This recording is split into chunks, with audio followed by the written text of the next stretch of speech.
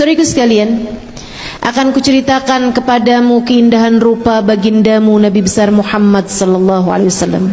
Keindahannya tak ada sesiapa pun menandingi, sebab ia penuh, utuh, tak terbagi. Keelokan wajah beliau dan keindahan badan beliau, agar di saat kamu membayangkan Nabi Muhammad, kiranya bayanganmu tersebut tak terlalu jauh dari kenyataannya. Ribuan sahabat Nabi Muhammad memandang wajah dan bertemu secara langsung. Akan tetapi tak banyak yang dapat menceritakan detail wajah beliau. Kebanyakan dari mereka hanya berkata, beliau adalah manusia paling tampan yang pernah kujumpa. Namun jangan tanyakan detailnya padaku, sebab di hadapannya aku hanya akan menundukkan kepala. Karisma yang Nabi Muhammad punya membuatku hanya akan menunduk di hadapannya. Hadis-hadis yang menceritakan tentang detail wajah Nabi Muhammad kebanyakan diriwayatkan oleh Sayyidina Ali bin Abi Thalib,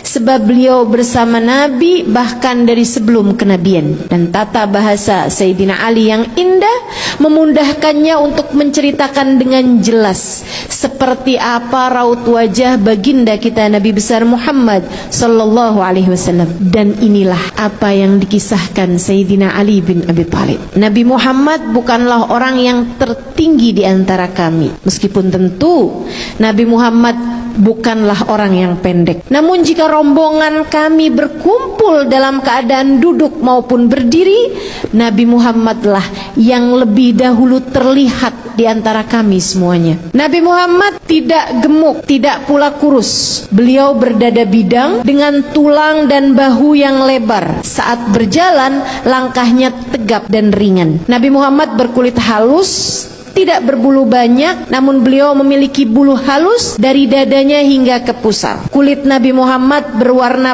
putih kemerahan, bahkan tatkala beliau sedang marah ataupun malu, terlihat semburat merah di wajah beliau yang menambah keindahan wajahnya. Nabi Muhammad rambutnya tidak lurus, tidak pula keriting. Rambutnya ikal, bergelombang, berwarna sangat hitam. Beliau tidak banyak beruban. Bahkan di masa tuanya, saat beliau wafat, hanya ada sekitar 20 uban di rambut beliau yang sangat lebat. Rambutnya seringkali dipotong pendek, seperti layaknya kaum laki-laki pada umumnya. Namun pernah juga karena kesibukan berperang, rambut Nabi Muhammad tidak sempat dipotong hingga menutupi bahu beliau. Tapi ini hanya sesekali sahaja, seperti yang tadi saya sampaikan.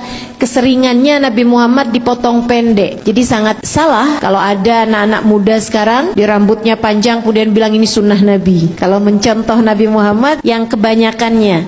Dan lagi pula Nabi Muhammad masa itu rambut beliau panjang sampai dengan melewati bahu karena kesibukan berperang. Anak kita sibuk apa? Pernah juga Nabi Muhammad digundul habis rambutnya, dipotong habis rambutnya. Salah satunya ketika tahallul selepas haji wada. Wajah Nabi Muhammad lebih ke bulat. Melihatnya membuat kita teringat pada bulan saat purnama. Dahi beliau lebar, alfiyul anfi, mimiul fami, nuniul hajib. Hidungnya seperti huruf alif, kecil, tegak, mancung. Itu hidung Nabi Muhammad. Hidung saya lebih mirip huruf ta,